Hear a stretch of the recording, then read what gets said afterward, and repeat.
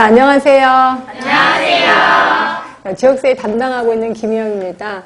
우리 이제 막바지에 왔습니다. 그래서 이제 모의고사 이제 앞서고 있는데, 단원별 풀면서 선생님들 첫날 되게 충격받았던 거, 그 모습이 지금도 환합니다. 그렇죠?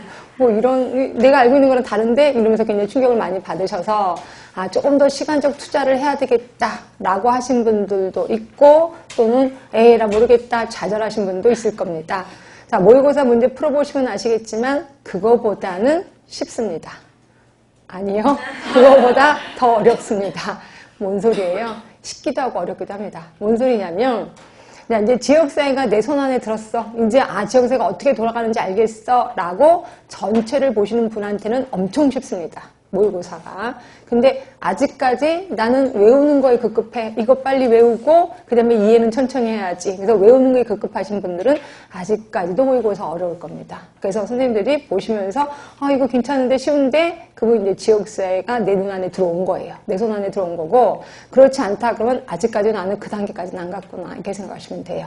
자, 제가 그 시험을 보러 좀 다니긴 하는데 몇 년 전 시험인가요? 딱 갔는데 시험들을 딱 푸는 순간 그 시험을 문제를 출제하신 그 교수님이 너무 고마운 거예요. 문제를 풀면서 이렇게 문제를 내시는구나. 이렇게 아주 그러니까 우리 알고 있는 지식 플러스 이해력까지 도모하는 문제들이 꽤나 많이 나오더라고요. 그래서 제가 문제를 푸는 내내 그 교수님한테 굉장히 감사하다는 생각을 많이 했거든요. 그러면서 제가 문제를 이런 식으로 내는 게 제일 정답이구나, 이걸 생각해서 그거 위주로 문제를 내려고 노력을 좀 했습니다. 그래서 딱 봤을 때 낯설지만 낯설지 않다고 느끼셔야 돼. 그러니까 되게 낯선 단어야. 근데 이미 내가 알고 있는 단어랑 접목을 하면 이건데 라고 낯설지 않게 느끼셔야 된다라고 보시면 돼요. 그래서 시험 문제 계속 푸시면서 낯설지만 어디서 많이 본 것 같은 느낌, 그런 걸 좀 자꾸 부각시키시면 될 것 같아요.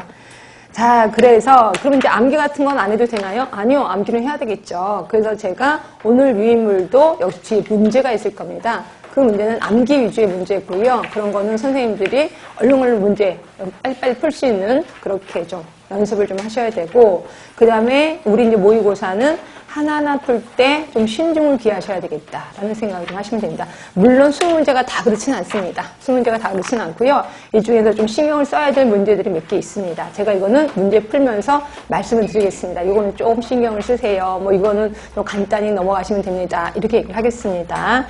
자, 일단 제일 처음부터 들어가겠습니다. 자, 첫 번째 보시면 이건 어디서 많이 본 문제다라고 느끼시면 돼. 학습자는 취침하기 이전에 반드시 치아를 깨끗이 닦는다라고 얘기를 했어요. 자, 이거는 여러 가지로 나눠서 볼 수 있죠. 자, 이전에 반드시 치아를 닦는다. 결국 깨끗이라는 말이 없어. 그러면 이거는 태도죠, 태도. 그죠? 근데 깨끗이라는 말이 있기 때문에 이게 뭘로 들어가? 기술 영역으로 들어갑니다. 다시 말해서 심리운동 영역으로 들어가는 거고요. 그러면 심리운동 영역 중에서도 어느 단계에 들어갈 거예요? 우리 심리운동 영역 혹시 단계 기억하세요? 네, 왠지 뭐죠? 지퇴, 지기, 복적, 참. 네, 그 중에 어느 단계에 들어갈까요? 깨끗이 닦는다. 그래서 요 학습을 해서 그 다음에 반드시 치아를 깨끗이 닦는다. 어느 단계에 들어갈까요? 네, 기술? 아니면 복잡한 외적 반응? 네? 복잡한 외적 반응이야? 아니면 기술? 기술 쪽에. 기술 쪽에? 예, 그것도 괜찮고, 복잡한 외적 반응도 괜찮지.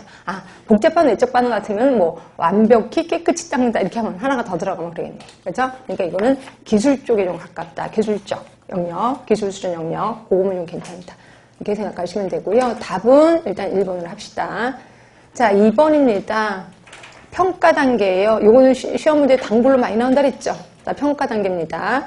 자, 이 중에서 목표 성취 정도를 파악하고 성패에 대한 요인을 분석하는 거야. 요 정도 했으면 성공하는 거야. 아니면 요 정도 했으면 실패했다고 볼 수 있지라고 하는 단계. 무슨 단계? 무슨 단계? 가치 판단 단계. 가치 판단 단계. 이게 몇 번째 단계예요? 4번째 단계지. 그쵸? 그럼 여기 보기 중에서 첫 번째 단계는 뭐예요? 첫 번째 단계. 첫 번째 단계 있어요, 없어요? 없죠? 처음에는 뭐를 평가할 건지 대상자를 선정하고, 두 번째가 저기 평가 단계 두 번째 단계 있죠? 뭐 하죠? 이때? 자료 수집하죠. 자료 수집합니다. 그 다음에 세 번째 단계가 비교를 하는 거죠. 설정된 목표와 현재 상태를 비교하는 거죠. 그러니까 동그라미 2번하고 동그라미 3번은 같은 단계입니다. 같은 3단계. 그 다음에 4단계로 들어가면은 가치 판단을 하는 거죠. 가치 판단하고 5번째는 재계획을 한다라고 보시면 돼요. 그래서 이거는 문제를 보니까 가치 판단 단계, 4번째 단계를 얘기하는구나 이렇게 보시면 되고요. 답은 4번입니다. 자, 평가 단계는 시험 문제 제법 나옵니다. 그러니까 이거 순서대로 다 머릿속에 기억하시고 대부분 뭐 평가 단계 첫 번째 단계는 뭐냐 이런 식으로 문제 났었거든요. 그래서 이 순서대로 좀 머릿속에 기억하시면 되고 자, 그 다음에 3번입니다. 자, 스와트 분석 작년에만 안 나왔습니다. 그전에는 계속해서 나왔고요. 그래서 이번에도 또 나올 수도 있겠구나 하시면 됐고요. 자, 여기 보시면 네모 박스로 들어갈게요. 보건 지소가 개소가 됐대요. 그죠? 그러면 이게 뭐예요? 지금 보건 지소가 개소가 됐다는 거는 스와트 중에서 뭐예요? 강점입니다. 강점. 우리 보건소의 강점이 된 거죠. 자, 두 번째입니다. 건강생활 지도자 이용으로 건강진흥 사업의 활성화. 건강생활 지도자가 보건소에 있는 식구야 아니야? 아니죠. 외부 자원이에요. 외부 자원을 활용하게 됐어요. 그럼 이건 뭐예요? 기회가 된 거예요. 기회. 5가 된 겁니다. 자, 국민체육센터 활용. 자, 국민체육센터도 보건소 내에 있는 자원 아니에요. 우리 지역에 있는 자원입니다. 결국 요 외부 자원을 이용하게 됐으니까 이것도 역시 기회가 돼요. 그래서 답은 SO 전략이 되는 거죠. 답은 1번이고요. 이건 아주 쉬운 문제입니다. 지금까지는 아주 쉬운 문제를 했고요. 자, 나눠드린 유인물 볼게요. 자, 유인물에 보시면 평가 절차, 그거 순서대로 되어 있는 거 맞지요? 첫 번째 대상, 기준 설정, 가치, 이거 좀 순서가 틀렸는데, 순서 어떻게 바꿀까요? 처음에가 1번이고, 두 번째가 뭐라고요? 4번. 그 다음이 3번. 그 다음이 2번. 그 다음이 5번. 예, 그 순서대로입니다. 그 다음에 1번이요. 자, 무엇을 평가하며 어떠한 측정 기준으로 평가할 것인가를 결정한대요. 몇 번? 이게 1번이에요. 자, 2번입니다. 평가하기 위한 정보 및 자료를 수집한다. 자료 수집. 4번. 자, 설정된 목표와 현재 이루어진 상태와 비교한다. 3번. 자, 네 번째입니다. 도달하였는지 또는 도달하지 못했는지를 판단한대요. 뭐죠? 2번. 예, 2번. 그 다음에 5번. 그러니까 미래 사업 진행 방향을 결정하니까 5번이 되겠네요. 자, 스와트 분석입니다. 요거는 우리 책에 있는 건 아니고요. 이런 것도 있길래 갖고 와봤습니다. 자, 건강증진 기금 사업의 확대. 자, 이거는 강점이에요. 이걸 또 외부 자원이라고 해서 이걸 O라고 얘기하지 마시고요. 건강증진 기금 사업이 확대됐다. 강점. 그리고 보건소장의 적극적인 관심. 이거는 정말 강점이죠. 그렇죠? 자, 그 다음에 팀 1의 다양한 전문 인력으로 구성이 됐대. 팀 1이. 그럼 이건 굉장한 단점, 장점이라고 보시면 되고요. 자, 그런데 여기서 약점 볼게요. 약점. 자, 거기 담당자의 업무가 과다하대요. 그렇죠? 이런 거 있고, 보건소의 전문 교육 인력 활용이 부족하고, 그렇죠? 사업 기획의 전문성도 떨어지고, 보면 약점일 것 같아요. 자, 기회를 볼게요. 건강에 대한 높은 주민의식 수준이에요. 그렇죠? 이게 기회입니다. 그 다음에, 그죠. 예전에 어떤 분이 그러더라고요. 건강에 대한 주민의 의식이 낮다. 이렇게 써있으니까 이거는 강점 아니냐고 물어보더라고요. 아니, 강점이 아니라 기회라고 얘기를 하더라고요. 그러니까 건강에 대한 주민의식이 낮다. 이게 약점이에요. 아니요, 이게 약점이 아니라 위협이에요? 아니, 기회예요, 기회. 죄송해요. 다시 한번. 자, 건강에 대한 주민의식 수준이 낮다. 이게 기회예요. 근데 어떤 분이 기회래요. 그래서 왜 그게 기회라고 생각하자 했더니 건강에 대한 주민의식이 낮으니까 아플 거 아니야. 병이 생길 거 아니야. 병이 생기니까 병원의 수익이 늘어나지 않나. 이게 그래서 깜짝 놀랐습니다. 아니야, 그거는. 예, 그래서 주민이 건강에 대한 의식 수준이 높으면은 그만큼 건강에 신경을 쓴다는 거죠. 그러니까 이거는 기회가 맞아요. 이제. 자, 아파트 형성이 된대요. 당연히 기회입니다. 그리고 거기 쪽에 가보면 보건지소 시설이 있네요. 보건지소를 신설한 거지. 시설이 아니라 신설. 그러면 이거는 기회. 이렇게 생각하시면 되고요. 자, 노인 인구 증가도 역시 노인 인구 증가로 노인 대상 사업이 활성화될 때 기회라고 볼 수 있는 거예요. 자, 위협도 보시면 건강지킴 사업에 새로운 경쟁자가 출연을 했대. 그럼 위협인 거고요. 그리고 자원봉사자의 지원이 부족한 것도 위협이라고 보시면 됩니다. 자, 밑에 자 봅시다. 약점을 보완해서 기회를 살리는 전략 뭘까요? WO 2번입니다. 강점을 통해서 위협을 피하거나 최소화하는 거 ST. 세 번째, 약점을 보완하면서 위협을 최소화하는 거 WT. 자, 강점을 가지고 기회를 살리는 전략 SO. 그 다음에 5번, 6번, 7번은 아예 외워라 이렇게 표현해서 쓸 거예요. 자, 공격적 전략 SO. 방향 전환 전략. 방향을 전환합니다. WO예요. WO. 그 다음에 다양화 전략 ST. 그 다음에 방어적 전략이 WT예요. 그렇죠? 그래서 이건 아예 외웠으면 좋겠습니다. 네, 다시 봅시다, 이제. 자, 4번으로 갑니다. 지역사회 대상에 대한, 지역사회 간호 대상에 대한 설명으로 가장 올바른 거 나왔습니다. 답은 몇 번 나왔죠? 3번이요? 자, 1번부터 볼게요. 1번이 뭐가 틀렸는지. 3번이라고 했으니까 1번이 틀렸다는 거죠. 보건소는 기능적인 지역사회에 속하면서 지정학적 공동체 위주의 사업을 한다. 뭐가 틀렸어요? 예, 기능적 지역사회가 아니라 구조적 지역사회 중에서도 어디에 속할까요? 조직에 속합니다. 그러니까 이 앞에 쪽이 틀렸구나. 뒤쪽은 맞았죠? 지정학적 공동체 위주의 사업을 하는 건 맞습니다. 그래서 1번은 틀린 거고요. 자, 2번 모자보건 대상 집단, 결핵관리 대상 집단이 중요한 지역사회 간호 대상이다. 어때요? 네? 모든? 모든 지역사회 간호에 중요한이 아니라 자, 결핵관리 대상 집단이 모든 지역사회 간호의 대상이다?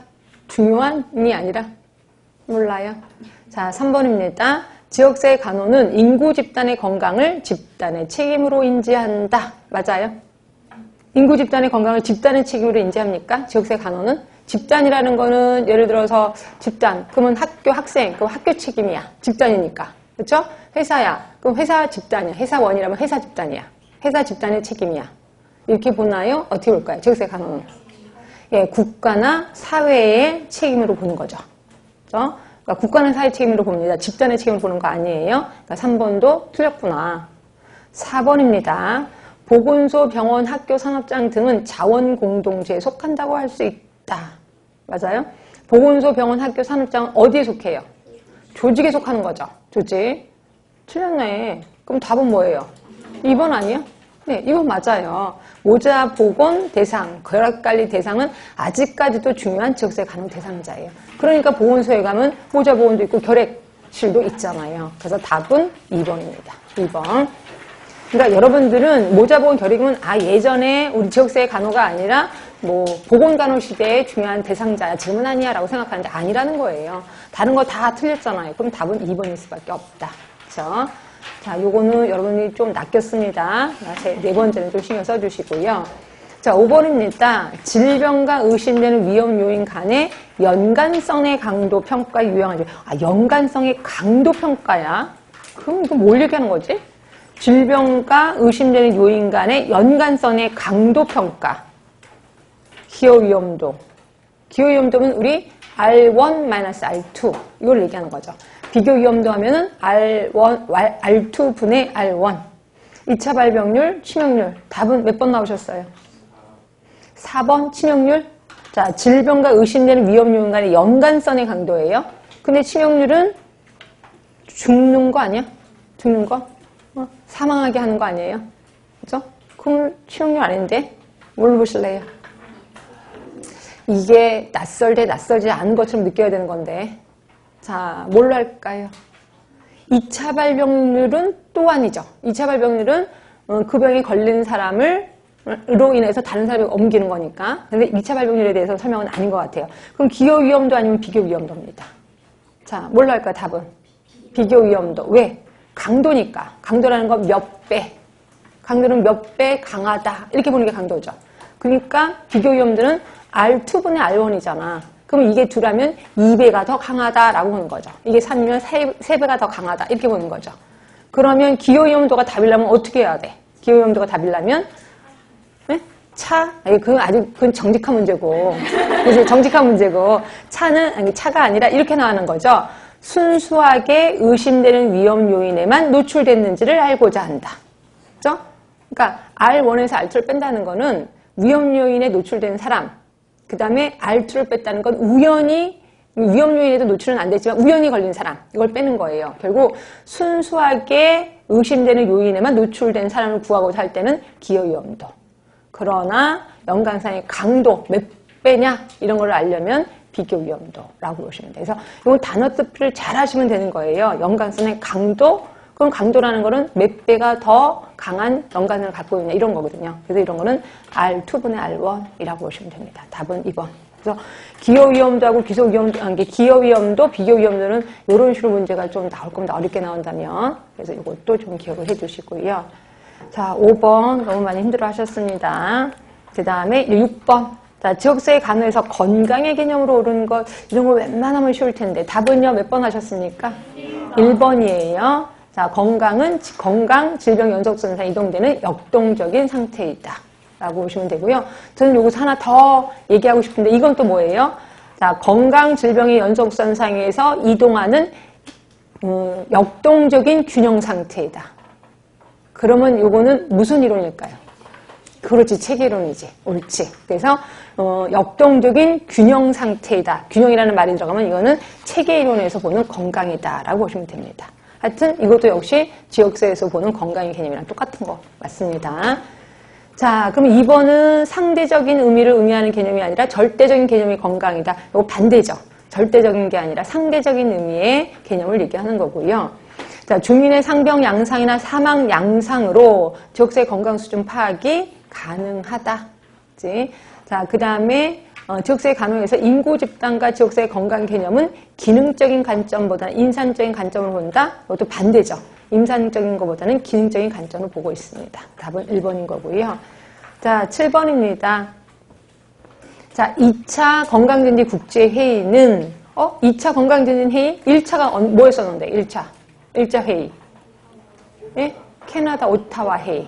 그리고 2차 회의. 2차 회의에서는 뭐를 강조했냐면 공공정책 수립을 강조했었죠. 근데 그 공공정책 수립에서 이거는 처음 보셨을 것 같은데 4가지 우선 분야를 확인했습니다.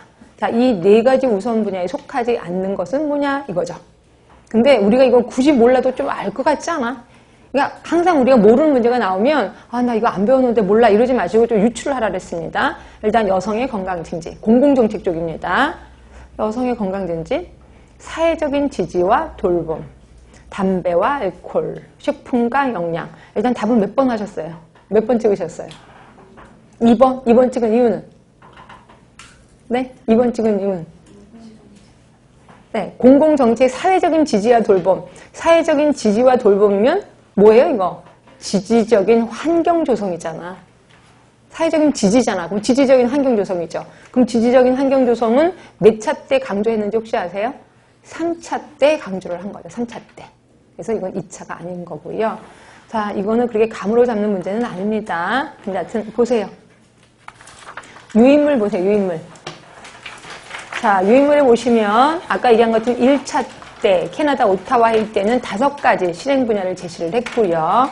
그 다음에 2차 회의 때 5가지 실행 분야 중에 건강 공공정책 수립을 심도 있게 논의를 했는데 이 5개 거기서가 그거예요. 그러니까 4가지 우선 분야, 여성 건강 증진, 그리고 식품 안전, 사고 예방, 영양, 그 다음에 금연 절주, 그 다음에 건강한 환경 조성. 요게 있었습니다. 요 4개고요. 그러면 아까 사회적인 지지와 돌봄은 어디 있어요? 3차 때 있잖아요. 3차 때 보시면 교육, 식품과 영양, 가정과 이웃, 업무, 운송, 사회적 지지와 돌봄 요게 들어가 있는 겁니다. 그래서 요거는 3차 때 이거를 집중적으로 다루었다라고 보시면 될 것 같고요. 특히 그 2차하고 3차는 조금 신경을 쓰셔야 되는 게 2차, 3차를 조금 신경 쓰고 있거든요. 물론 1차는 당연히 우리가 알고 있는 거고 1차 때 5대 정책을 얘기한 거고 2차 때는 공공정책 중에서도 요 4가지에 포커스를 두고 있습니다. 그래서 그거 시험 문제 낸 거고요. 3차까지는 좀 그런 것 같고 하여튼 1, 2차는 좀 알고 계시는 것도 좋을 것 같아서 그래서 답은 2번이라고 보시면 될 것 같고 그다음 이거는 거의 모르셨을 겁니다. 또 이런 문제가 있었는지도 모르셨을 겁니다. 그다음 이제 8번으로 갈게요. 자, 지역사회 간호사는 어쩌고저쩌고 얘기를 하면서 다음 중 상담자로서의 지역사회 간호사 역할을 바르게 설명하. 상담자. 우리 상담자 하면은 자기 스스로 알아서 뭐 결정하는 거 아실 겁니다. 자, 첫 번째. 자, 대상자가 좀 더 독립적으로 자기 의사 결정 능력을 획득할 수 있도록 하기 위해서는 꼭 필수적인 역할이래요. 그럼 대상자가 더 독립적으로 자기 의사 결정 능력을 하려면 지식이 있어야 되겠지. 그럼 지식을 심어주는 거 우리 뭐예요? 교육자. 교육자 역할입니다. 자, 두 번째입니다. 자기 인식을 할 수 있도록 도와주고 문제 해결 방법을 스스로 찾을 수 있도록 도와주는 거. 요게 상담자. 그래서 답은 2번. 금방 답이 나올 거고요. 그럼 3번은 뭐예요? 법적인 근거하에 그들의 입장을 지지하고 뭐죠? 이게 옹호자 또는 대변자를 얘기하는 거고요. 자, 네 번째입니다. 특히 학교의 보건교사, 산업장의 산업간호사가 수행하는 역할. 이게 뭘까요? 1차 보건의료 제공자. 1차 보건의료 제공자죠. 그래서 답은 2번이에요. 자, 9번입니다. 이런 문제도 한번 예전에 풀어본 기억이 나셔야 되는데 국가보건의료 체계를 구성하는 하부구조. 자, 이거 우리 5개 있죠. 하부구조. 뭐죠? 밑에가 자원의 개발. 자원의 개발. 그리고 개발된 자원의 조직화. 그 다음에 양 사이드로 재원. 그 다음이 여기가 관리. 그리고 나면 보건의료 서비스가 들어간다. 이렇게 표현을 했었습니다. 요 5개 중에서 자, 의료 서비스에 대한 수요가 자원을 초과해요. 그러니까 수요가 더 많다는 겁니다. 그러면 어때? 원하는 사람한테 필요한 의료 서비스를 제공하기 위해서 기획을 해. 그리고 우선순위를 설정해서 재결정하고자 한다. 자, 이거 뭐 얘기하는 거야? 기획하고 우선순위 설정하고 뭐 하는 거예요? 관리지? 그래서 답은 2번이 되는 거죠. 그렇지? 자, 10번입니다. 우리나라 의료보장제도는 3개 있어요. 맞아요? 우리나라 의료보장 3개. 건강보험, 산재, 또 하나가 의료급여. 맞나요? 네. 그럼 우리나라 소득보장제도는 몇 개 있는데요? 소득보장제도. 2개 있어요? 소득보장제도? 자, 소득보장제도 얘기해보세요. 산재, 또 고용보험, 또 연금, 그리고 국민기초생활보장. 그래서 모두 4개 있습니다. 그렇죠? 하여튼 소득보장제도는 4개에 의료보장은 3개가 있구나 하시면 되고요. 자, 이 중에서 국민건강보험에 그러니까 보험에 관한 설명이에요. 자, 답은 몇 번 나왔어요? 1번. 국가는 사회보장 증진 의무 차원에서 국민의 부담 능력을 고려해서 국고를 지원한다. 국고 지원해주기도 하겠지. 자, 2번 89년 뭐가 마음에 안 드세요? 통합주의가 아니라 독립채산제 방식의 전국민 건강보험제도가 문을 열게 됐죠. 독립채산제입니다. 자, 3번째입니다. 보험가입자는 뭐에 따라 직장가입자의 지역가입자로 구분을 할까요? 뭐에 따라? 직장이 있느냐 없느냐에 따라서. 그렇지? 그거에 따라서 직장 지역가입자로 구분이 된다. 자, 4번째입니다. 건강보험은 뭐를 대상으로 실시하고 있죠? 무슨 사고를? 일시적 사고를. 일시적 사고라도 뭐는 안 해줘요? 응? 일시적 사고 다 해줘요? 아니잖아. 가해자를 알 수 있는 사고 또는 교통사고 같은 건 안 해준다라고 얘기를 했고요. 영구적 사고는 우리가 알고 있는 사망을 얘기하는 거죠. 그러면 영구적 사고일 때는 뭐 들어가요? 연금 들어갑니다. 영속적 사고 하면은 불구나 노령, 폐지를 얘기하는 겁니다. 그럼 이럴 때도 또 뭐 들어가요? 연금 들어갑니다. 혹시 여러분은 폐질자가 뭔지는 아시죠? 폐질자 하면은 장애자인가요? 아니요, 폐질자는 몇 급부터 몇 급? 1급에서 3급까지를 얘기를 합니다. 우리 장애인 복지법에 따라서 우리 몇 등급까지지? 장애인의 종류가? 대답 안 나온다. 산재 있었었는데 14등급까지 있습니다. 14등급인데 이 중에서 3등급까지를 우린 폐질자라고 얘기를 하고 있습니다. 폐질자. 그래서 이 폐질자, 불구, 노령이면 영속적 사고라고 하는 거고 이것도 역시 연금 들어갑니다. 그래서 앞에 두 개는 다 연금 들어가요. 그런데 일시적 사고는 건강보험 들어가요. 그러나 일시적 사고라도 다는 해주는 건 아닙니다. 하여튼 다 틀렸고 답은 1번이 맞습니다. 이런 것들도 아주 쉽게 고를 수 있어야 됩니다. 자, 11번이요. 자, 보시면, 이것도 뭐 흔한, 제가 일어날 때 제가 가르쳐 줬던 건데, 국민기초생활보장법에 따른 소득권자. 자, 이분들은 의료급여 받을 수 있죠. 근데 이분들을 다시 1종과 2종으로 나눠 놨습니다. 뭐를 근거로? 근로능력의 유무에 따라서. 예, 그래서 이분들만 의료급여 받는 건 아니죠. 또 누구도 있어요. 국민기초생활보장의 수급자는 아니지만 1급이신 분들. 예, 2호부터 9호까지 해당이 되는 거죠. 하여튼 답은 4번입니다. 자, 12번이에요. 그린의 프리시드 프로시드 모형 얘기를 하는데, 자, 뭐, 구체적 방향을 제시하는 행위변화 이론이면서 로드맵이라고 할 수 있다. 8단계? 8단계 맞아, 근데? 한번 볼까요? 8단계 맞아요? 맨 처음이 사회적 진단 단계, 그 다음에 역학적 진단 단계, 그 다음에 환경적, 행위적 진단 단계, 그 다음에 교육적, 조직적 진단 단계, 그 다음에 정책적, 그 다음에 행정적 진단 단계. 밑으로 내려와서 수행, 그 다음에 과정평가, 역량평가, 결과평가. 9단계인데? 9단계인데? 근데 제가 이 중에서 두 번째, 세 번째를 묶어서 한 단계로 하기도 한다 그랬잖아요. 그러니까 8단계 맞아요. 그치? 자, 8단계로 구성된 이 모형에 대한 설명으로 올바르게 설명하고 있는 것은 다 몇 번 나왔나요? 1번. 자, 집단보다는 개인이 대상이 되는 건강교육 프로그램을 개발하는데 더욱 적합한 모형이다. 이거는 개인인가요? 집단보건교육 아니야? 그래서 내가 양론에 가서 보건교육할 때 딱 좋은 게 이거다라고 얘기를 했거든요. 집단이에요. 그러니까 이거는 개인보다는 집단이 대상이 되는 이거예요. 그래서 1번은 틀렸습니다. 자, 역학적 사정 단계는 건강문제 유병률, 발생률, 빈도를 양적으로 측정하는 단계에 있다. 자, 유병률, 발생률, 빈도를 양적으로 측정하는 단계, 무슨 단계일까요? 역학적 사정 단계 맞아요? 사회적 진단 단계? 예? 예. 그러면 틀렸다. 자, 3번입니다. 삶의 질에 영향을 미치는 구체적인 건강 문제를 찾아내고, 이것만 해도 다 알겠는데? 삶의 질에 영향을 미치는 구체적인 건강 문제 찾아내는 거.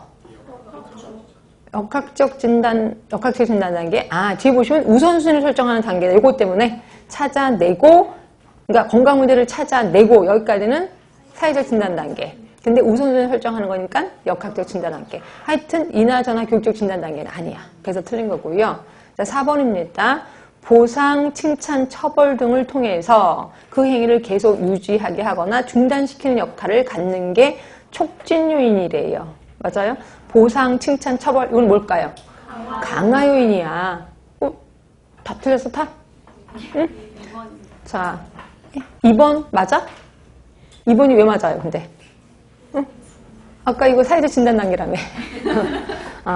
보세요. 우선순위 설정할 때도 이걸로 해야죠, 뭐. 유병률, 제일 높은 거 우선순위 1순위 해야 되겠죠. 그렇죠? 그리고 발생률도 우선이 높아. 빈도가 되게 높아. 우선순위 잡아야 되는 거 아니야?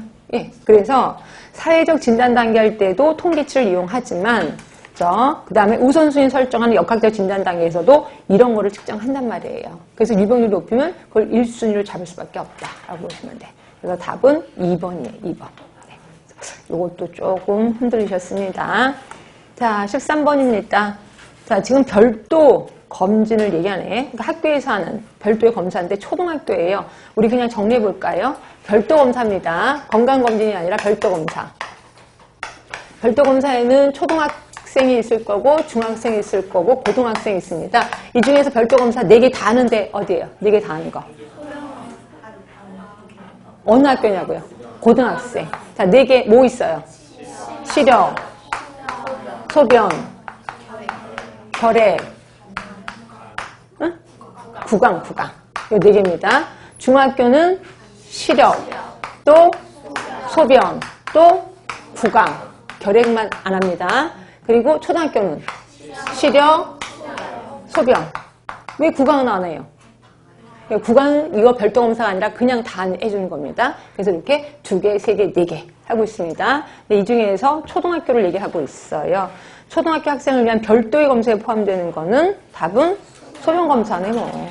혈액 안 하고 간암 안 하고 구강 검사는 별도 검사가 아니기 때문에 답은 3번이에요. 자, 14번입니다. 표준 예방접종 지침에 제시한 예방접종에 대한 설명을 옳지 못한 거 나와 있습니다. 우리는 보건소에 가시면 예방접종을 하는 거기 때문에 이런 문제가 은근히 많이 나옵니다. 그래서, 근데 웬만하면 상식에서 좀 접근해도 될 것 같긴 하는데, 답은 몇 번 나왔나요? 3번? 4번? 자, 계란에 대한 아나필락시스 있으면 인플루엔자 백신 접종. 네, 뭐 요새는 아니라고는 하지만 아직까지 계란에 대해서 알레르기가 있으면 좀 조심하자라는 얘기는 알고 있을 거예요. 사백신 간 동시 접종 가능할까요? 불가능할까요? 사백신 간.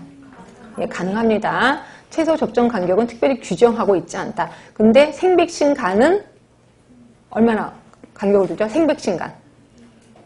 4주. 예, 생백신은 4주의 기한을 둬야 된다라고 보시면 될 것 같고, 경구용 폴리오, 경구용 장티푸스 둘 다 생균이죠. 생백신이죠. 근데 얘네 둘 간에는 접종 간격에 제한을 두지 않는다. 맞죠? 그러니까 생백신이긴 하지만 얘네들 간에는 간격을 두진 않아요.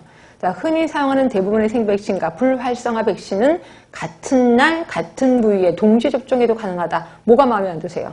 같은 부위 아니지. 같은 날 괜찮아요. 그러니까 생백신하고 사백신은 같은 날 맞아도 돼요. 그런데 따로따로 맞아야 돼. 하나는 왼팔, 하나는 오른팔. 이렇게 맞아야지. 같은 부위에 놓으면 안 된다. 이렇게 보시면 될 것 같고. 같은 날 괜찮습니다. 자, 정리할게요. 사백신끼리 맞는 거 괜찮습니다. 같은 날. 그리고 생백신, 사백신 같이 맞아도 상관없어요. 그런데 생백신끼리는 안 돼요. 생백신끼리는 4주 간격을 둬야 되는데 생백신 중에서도 경구용 폴리오, 경구용 장티푸스는 괜찮습니다. 그렇죠? 근데 얘는 먹는 거니까 그냥 이걸 그냥 넣어줘도 돼요. 그렇다고 2개를 한 주사기에 넣고 같이 집어넣으면 안 되겠지만 하여튼 그래요. 그래서 답은 4번이라고 보시면 될 것 같고요. 이런 거 틀리시면 안 됩니다. 그 다음에 이제 15번이요. 자, 이거는 기술역학을 얘기하는 것 같지요? 자, 그래서 인적인 특성, 장소, 시간적 변수로 나눠서 표현하고 있다. 우리 인적 변수 하면 뭔지 아시죠? 그럼 장소는요? 어떻게 나눴지? 장소별로는? 풍토병, 그 다음에 유행성, 그 다음에 범유행성, 또 산발적 있을 겁니다. 시간적인 변수는 시간적 변수는 추세 변화, 주기 변화, 그 다음에 외국에서 들어왔어? 불규칙 변화 있죠? 네. 그리고 콜레라처럼 확 번졌다가 이렇게 없어지는 거 돌연 유행 있었습니다. 자, 그럼 이 중에서 시간별로 유행하는 질병 발생 경향. 시간별이니까 답은 1번이고요. 그럼 나머지 몽땅 묶어서 지역적 변수를 얘기하는 거죠. 지역적 변수. 네, 그렇게 해서 하시고 답은 1번이에요. 자, 그 다음에 16번입니다. 우리나라 역사적 번청. 시험 문제 자주 나오는 답은 몇 번 나왔나요? 3번. 자, 1번은 그럼 틀렸다는 거죠? 보건후생국이 보건후생부로 되면서 다른 어느 부서보다 규모, 인원, 예산이 막대해져서 이거 어느 기인 줄 아세요 혹시? 네? 예, 미군정시대고 이게 부로 바뀐 게 46년이에요. 우리 미군정이 45년이었거든요. 근데 46년에 굉장히 막강이 됐습니다. 그래서 이거를 우리 뭐라고 하냐면 광역행정이라고 표현합니다. 그리고 그때 간호사후국도 만들어졌죠. 그게 처음이자 마지막이라고 생각하시면 되고요. 그 다음에 2번입니다. 2번은 뭐가 마음에 안 드세요, 지금? 예, 56년이 아니라 62년 보건소법이 개정돼요. 그죠? 모자보험 가족계 교육사업이 전국적인 차원에서 수행됐다. 네, 그게 좀 틀린 거고. 3번은 맞다, 3번 맞다 그랬나요? 예, 80년 이후에, 지역사회 간호사의 역할과 실무 범위가 확대된 전환기가 뭐 때문에 됐는데요? 농특법, 보건진료 전담 공무원 때문에 이게 좀 실무 범위가 확대됐다라고 보시면 되고, 그다음에 4번은 앞에는 맞지 않나요? 67년 학교보건법의 제정으로 맞죠? 이거는 맞는데 뒤쪽이 독립적인 기능을 한 거는 91년. 네, 그래서 답은 3번이 맞아요. 자, 17번입니다. 자, 요거는 혹시 요거 답은 몇 번 나와요. ROC 곡선. 제가 예전에 한번 이론할 때 슬쩍 얘기는 했는데 ROC 곡선 처음 들었나요? 처음 들으셨으면 유임을 보시고요. 자, 유임을 들어가기 전에 요거 연도는 쓰고 갑시다. 연도. 국내의 건강증진 사업 연도입니다. 비어있는 거 있을 거예요. 거기 전국보건소 정규 인력을 통하여서 2001년 있고 그 밑에 거 쓰시면 돼. 건강증진 사업이 전국보건소로 확대된 거 2002년입니다. 근데 이때는 건강증진 사업이 구체적으로 제시는 안 하고 그냥 전체적으로 건강증진이 좋대. 뭐 이런 식으로 확대된 거고요. 본격적으로 더 많이 확대된 게 그 밑에 거 건강생활 실천. 요 사업이 전국보건소로 확대된 거. 그래서 금연, 영양, 운동, 절주 요 4개 영역이 확대된 게 몇 년이냐면 2005년. 그래서 2005년 요거 시험 문제도 나왔었습니다. 2005년. 그리고 2002년도 외워두세요. 2002년, 2005년. 그리고 맞춤형 방문 건강관리 사업이 전국적으로 실시된 게 2007년. 2007년. 자, 그리고 마지막에 통합 건강 증진 사업이 전국적으로 확대된 게 2013년. 2013년. 네, 그렇게 해서 알아두시면 되고요. 그 다음에 의료급여 1종, 2종 혹시 모르실까봐 이거 좀 써놨으니까 참조하시면 되고요. 제가 특별히 얘기 안 해도 되지요? 네, 그렇게 해서 넘어가겠습니다. 자, 그 다음에 감염병 신고 방법을 잠깐만 볼게요. 우리 감염병 신고 방법에 혹시 예전에 우리 이론할 때 배우셨죠? 1군부터 몇 군까지는? 1군부터 4군까지는 지체 없이, 그리고 5군 지정은 7일 이내. 근데 단 뭐는 여기서 제외한다 그랬지? 1군에서 4군 중에 인플루엔자는 제외라고 표현했고, 인플루엔자 얘가 여기로 들어가죠. 그래서 인플루엔자 5군 지정은 7일 이내다. 이게 얘기를 했었었는데, 자, 근데 이거는 대부분 여기는 그치. 일단 들어가서 봅시다. 자, 감염병 신고 방법이에요. 1군부터 4군까지는 지체 없이 의료기관 간헐 보건소로 신고한다. 자, 다만 이미 신고한 1군, 4군 감염병 환자 중 환자 분류 기준이 변경되거나 환자가 아님으로 확인된 경우 반드시 그 결과를 변경해서 신고하거나 간헐 보건소로 통보한다. 그러니까 이 사람이 1군인 줄 알았더니 아니야. 그럼 그것도 아니라고 바로 통보를 하라는 거죠. 자, 그리고 2군 감염병 중에 B형 감염은 급성 B형 감염 환자만 신고하는 거예요. 아, 만성은 안 하는 거구나. 급성만 하는구나. 보시면 되고요. 그러면 세 번째입니다. 감염병에 따라 환자 상태, 감염병 원인 파악을 위한 추가 정보를 요청할 수 있다. 뭐 그럴 것 같아요. 네 번째입니다. 감염병 환자가 사망을 했어요. 그러면 사망한 경우는 사망한 경우 감염병 환자 발생 신고와 사망 신고를 모두 해야 돼. 그러니까 이 사람은 발생을 했다고도 신고하고 그 자리에서 바로 사망도 했다. 그래서 이 두 개를 신고해야 되는 거고요. 이미 신고한 1군에서 4군 감염병 환자가 사망을 했다. 그러면 사망 신고서를 작성해서 또 신고해야 돼. 이미 기존의 환자가 죽었으면 그것도 신고를 해야 된다. 그러니까 결국 언제 신고를 하는 거냐면 진단했거나 사망했거나 둘 중에 하나. 그러니까 두 개 다 하는 거지. 진단에도 신고하는 거고 사망에도 신고하는 거죠. 그치? 다섯 번째입니다. 3군 감염병 중 결핵은 결핵 예방법에서 정하는 방법에 따라 또 후천성 면역결핍증은 후천성 면역결핍증 예방법에서 정하는 방법에 따라 별도로 발생 사망을 신고한대요. 아, 결핵 예방법 따로 하는 거구나. 또 후천성도 또 따로 하는구나 하시면 되고요. 자, 여섯 번째 표본 감시 대상 감염병. 이게 이거예요. 인플루엔자 5군 지정.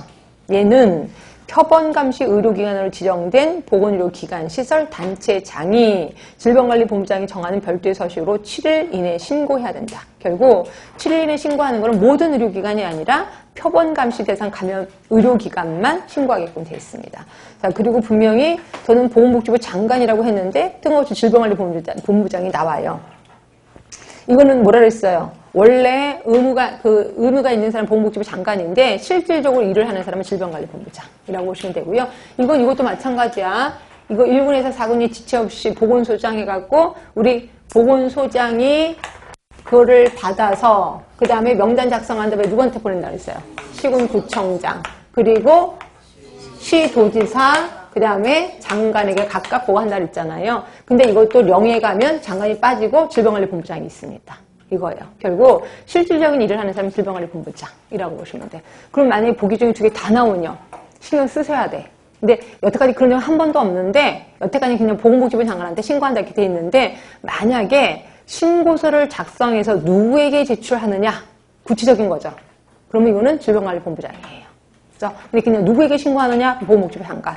그런데 신고서를 작성해서 누구에게 제출하느냐 이건 아주 구체적인 걸 물어보는 거예요. 이럴 때는 질병관리본부장이라고 생각하시면 됩니다. 그래서 언제 또 그런 문제가 튀어나올지 모르니까 제가 좀 제시를 했고요. 그 다음에 우리가 이제 ROC 곡선을 좀 할까 합니다. 자, 거기 보시면 ROC 곡선. 자, ROC 곡선은요, 특정 진단 방법의 민감도, 특이도가 어떤 관계가 있는지를 표현한 그래프예요.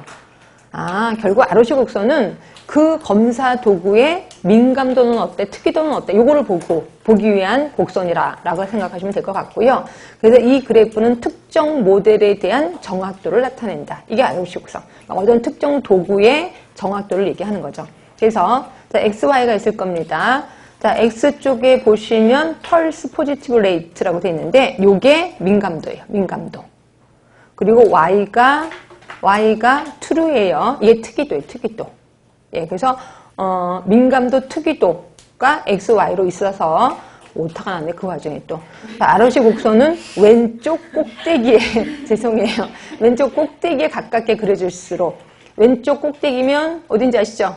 이제 왼쪽 꼭대기로 갈수록 얘는 굉장히 성능이 우수하다고 보인다는 거죠. 그러니까 지금 A라고 해서 0.95라고 보이시나요? 예, 이게 굉장히 정확한 겁니다. 그리고 아예 저 끝까지 갔어. 대각선 쪽으로 갔어. 엄청나게 정확한 거다. 이렇게 보시면 될 것 같아요. 이걸 우리 ROC 곡선이라고 하고 있어. 그러니까 여러분들은 ROC 곡선을 한 번도 본 적이 없으면 이거 얼른 알고 계셔야 돼. X가 민감도, Y가 특이도. 그래서 어떤 특정 도구의 정확도를 볼 수 있는 게 곡선이다. ROC 곡선이다. 그렇게 알고 계시면 될 것 같고요. 이런 것들은 한 번도 안 나왔기 때문에 한 번 나오면 아주 쉽게 나올 겁니다. 그러니까 이런 식으로 좀 하시면 될 것 같고요. 자, 18번. 죄송해요. 이거 옳은 것을 고르는 겁니다. 옳지 못한 게 아니라 옳은 거를 골라라야. 18번은. 자, 보시면 그러니까 유행할 우려가 있는 경우를 대비해서 신고와 보고 체계를 정해놓고 있다. 자, 옳은 것을 고르래요. 자, 1번입니다. 홍역 환자를 진단했을 경우 의사는 7일 이내 맞나요? 홍역이면 2군. 그러니까 얘는 지체 없이. 그러니까 이건 틀린 거고요. 자, 2번입니다. 신종 인플루엔자면 몇 군? 신종. 4군. 유명한 무조건 4군이라 그랬습니다. 4군은 신고를 받은 보건소장은 며칠 이내? 7일 이내 맞아? 4군인데? 지체 없이 그 사실을 시군구청장에 보고해야 된다. 예, 이것도 틀린 거고. 3번 광우병 의심 환자가 사망을 했을 때 신고해야 되겠죠. 근데 세대주는 보건소장에게 즉시 신고해야 된다. 맞아, 틀려? 세대주는 신고해야 될 게 뭐가 있었죠? 세대주가 하는 거? 1군 홍역 결핵 이것만이에요. 그러니까 이건 해당 안 돼요. 그러니까 이건 틀린 거고요. 그 다음에 A형 간염하면 몇 군? 1군이죠. 1군을 보고받은 신구청장 그 사실을 시도지사 보건복지부 장관에 각각 보고해야 된다. 이거 맞죠? 답은 4번이 맞습니다. 4번. 자, 19번입니다. 체계이론을 적용하는 설명이 돼요. 자, 체계이론. 체계가 완전히 기능을 발휘하기 위해서 산출의 일부가 재투입하는 걸 뭐라고 할까요? 피드백 또는 회환이라고 합니다. 1번 틀렸고요. 자, 보건의료 자원 어떻게 할까요? 투입이 돼야 되겠지. 그렇죠? 그래서 틀린 거고. 자, 인간은 하나의 체계로서, 예, 맞아요. 주위 환경으로부터 자극에 대해 내부 과정인 대처 기전을 활용해서 적응 양상과 반응을 나타낸, 이게 뭐죠? 어디서 많이 들었는데, 이거? 그렇지, 적응 이론이죠. 적응 이론 하면은 자극에 대해 내부 과정인 대처 기전을 활용해서 적응 양상과 반응. 예, 그래서 답은 3번도 틀린 거고. 그 다음에 4번이네. 지역사회 간호, 지역사회 주민, 지역사회 자원이 투입이 되는 거. 괜찮습니다. 답은 4번이에요. 이런 건 아주 쉬운 겁니다. 자, 20번입니다. 이것도 좀 쉽지요? 자, 지진으로 인해서 사람들이 사망을 했대요. 그럼 환경이 어디로 간 거예요? 누구한테 유리하게 간 거예요? 병원체에게 유리하게 환경이 간 거다. 답은 4번이죠. 자, 이거 아주 쉬운 거네. 결국 1에는, 자, 잠깐만요. 5번이 조금 위험했었었고, 4번은 뜬금없이 조금 그래서 제가 깜짝 놀랐는데. 둘, 셋, 자, 우리 두 개부터 합시다. 두 개. 세 개부터 합시다. 세 개 틀리신 분. 죄송해요. 두 개 틀리신 분. 혹시 두 개. 없네요. 세 개. 혹시 뭐뭐 틀리셨어요? 얘기 좀 해주실래요? 1번? 2번. 네. 2번, 10번, 또 10번 아니고 18, 19. 왜 18은 18은 문제가 틀려서 그런 거 아니에요? 그렇죠? 그렇지? 그러면 그거 맞다고 치면 19번. 19번 왜 틀리셨죠? 19번 뭘로 하셨는데요? 3번으로 했는데 적응이 이러는지 3번 읽다 보면 맞는 말이야. 그래서 아무 생각 없죠. 이렇게. 그러니까 이론은요. 대부분 이론 문제 내실 때 꼭 그렇게 내시더라고요. 이론 자체 갖고 틀렸다고 하는 게 아니라 다른 이론을 슬쩍 집어넣어. 그럼 여러분 읽은 과정에서 이거 맞는데? 뭐가 틀린 거지? 이렇게 하거든요. 그래서 항상 이론이 나오면 정확히 체계 이론이 뭔지 또는 정확히 적응 이론이 뭔지 이걸 정확히 알고 들어가셔야 돼. 그렇지 않으면 많이 헷갈립니다. 그렇게 해서 하시고 그 다음에 2번은 왜 틀리셨지? 뜬금없이? 2번도 안 해오신 거지 그냥? 그렇지? 안 해온 거죠? 몰라? 하여튼 그러니까 이렇게 또 암기도 안 되면 또 안 되네. 그러니까 오히려 전체를 보시는 분들은 또 힘들 수도 있겠구나. 암기가 안 돼 있으면. 자, 일단 넘어갑시다. 이해로 갈게요.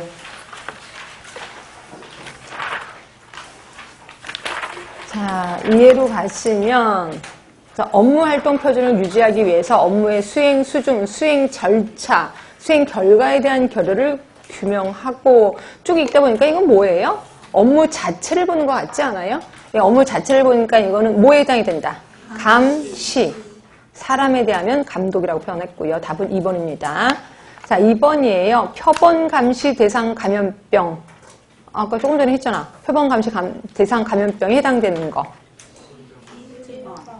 1번? 네, 우리 표본 감시 대상 감염병 뭐였어요? 인플루엔자. 또 오군. 또 지정. 문제는 지정이네. 우리 지정을 안 배웠잖아. 지정을 안 외웠잖아. 오군 같은 거는 기생충이니까 아실 것 같고. 그렇죠? 그럼 이거 어떻게 감을 잡지? 일단 절대 안 되는 건 뭐예요? 신종인플루엔자지. 신종인플루엔자 몇 군? 4군. 아니네요. 그치? 그럼 답은 몇 번 나왔어요?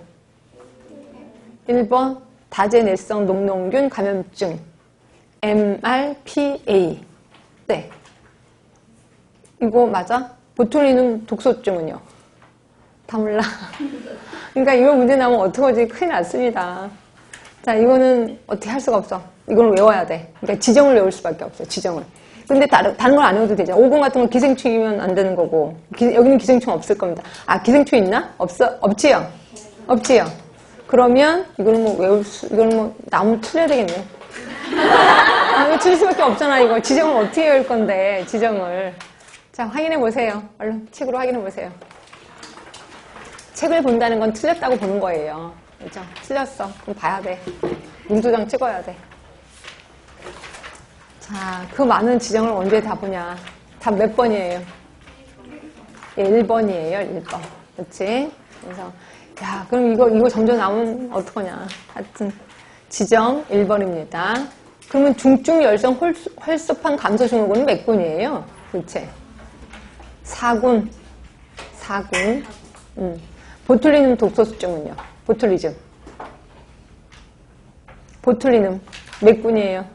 네? 4군. 그치? 항상 우리 지역사회 문제는요, 그걸 뺀 나머지는 다 똑같아요. 그치? 그래서 4군. 그리고 답은 1번. 이런 문제 나오면 어떻게 감으로 잡냐. 이게 문제네요. 하여튼 이거 나올 수도 있으니까 신경 쓰시고. 자, 3번입니다. 자, 우리가 알고 있는 체계이론, 그러니까 체계이론을 가족에게 접목한 건데 약간 다른 분류가 개인 중심의 가족간호, 그리고 대인관계 중심의 가족간호, 또 가족체계로서의 가족간호야. 이거 어떻게 접근에 들어가지? 그런데 문제는 대인관계 중심의 간호를 수행하고자 한다. 자, 적합한 질문. 답은 몇 번 나오셨어요?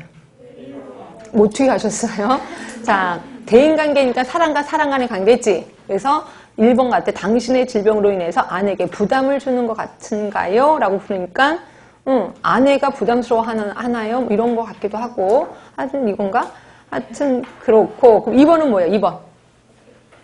가장의 당뇨병 진단으로 인해 집안의 의사결정권이 변화되었나요? 이거 뭐예요? 네, 가족체계예요. 가족체계. 자, 그 다음에 세 번째입니다. 가족은 이런 상황을 극복하기에 잘 협조하고 있나요? 가족체계. 가족체계. 자, 네 번째입니다. 당뇨의 특성과 식이, 운동 등 관리 방법을 얼마나 잘 이해하고 있나요? 네, 개인 중심. 이건 질병에 포커스를 둔 거죠. 그래서 이건 개인 중심이라고 보시면 되고요. 그러니까 체계라는 말이 들어가면 이렇게 머릿속에 기억하시면 돼. 체계는 고기 안에 구성물들이 있는데 자기네들끼리 상호작용하는 거에 포커스를 두는 거야. 이게 체계예요. 그리고 얘가 하나로 뭉쳐져서 외부하고도 또 얘기를 해. 그러면 이게 체계야. 그러니까 항상 체계는 자기네들끼리 관계에 포커스를 두는 거예요. 그리고 이걸 가족 체계 하면 가족을 하나로 뭉쳐서 외부 체계랑 어떻게 하고 있느냐 이걸 물어보는 거예요. 그래서 보시면 가족 체계 그런 질문을 하고 있잖아요. 그치? 그러니까 두 번째 같은 경우는 가장의 당뇨병 진단으로 집안의 의사결정이 변화되냐. 집안 내부 간의 상호작용을 얘기하는 거죠. 그런데 비해서 3번은 가족은 이런 상황을 잘 극복하기에 잘 협조하고 있나요? 가족이 단단하게 뭉쳤나요? 이렇게 물어보는 거잖아요. 이런 것들은 전부 다 체계 쪽이다라고 보시면 돼서 체계가 잘 모르겠다 그러면 자기네들끼리 관계에 대해서 뭔가 포커스를 두고 있다. 그럼 이걸 체계라고 생각하시면 될 것 같아요. 그래서 답은 1번 하시면 될 것 같고요. 이런 문제 아직까지 한 번도 안 나왔는데 한 번은 나와야 될 것 같지 않아요? 그렇죠? 하여튼 답은 1번인 거고요. 자, 4번까지 하고 좀만 쉴게요. 자, 일단 탈출한 병원체가 새로운 숙주를 옮겨주는 것을 전파라고 해요. 예, 맞아요. 전파 과정에 대해 옳은 거. 답은요? 응? 안 되나 보다. 자, 임산부에서 태아로 병원체가 전파되는 태반 감염은 직접 전파. 예, 간접이라 했으니까 틀렸고. 신체 일부가 직접 토양에 접촉해서 생기는 파상폰, 탄저 등도 직접 전파라고 할 수 있는 거예요. 아, 직접 전파 맞아? 예, 맞지. 그치? 근데 간접이라 했으니까 틀린 거예요. 그치? 자, 3번입니다. 매개체 중에서 생명력이 없는 물질이 전파의 중간 역할을 하는 경우를 벡터, 벡터가 뭐야? 벡터 매개 전파. 이게 뭐야, 벡터가? 모르죠? 그럼 이거 모르겠는데? 일단 4번 갑시다. 최근에는 혈액, 혈청, 혈장, 나아가 조직 등의 생물 제품 등이 의학의 발전과 함께 중요한 매개체로 부각되고 있다. 그럴 것 같아요? 안 그럴 것 같아요? 그럴 것 같아요. 그래서 답은 4번이고요. 그럼 3번 벡터가 뭐냐면 매개 곤충을 얘기하고 있습니다. 매개 곤충 하면 우리 생물학적 전파, 기계적인 전파, 걔네들이에요. 근데 여기 보니까 생명력이 없는 물질이니까 틀린 거잖아. 그래서 답은 4번이 된다라고 보시면 되고요. 우리 하나 답은 또 알았습니다. 조금만 쉬셨다가 마저 할게요.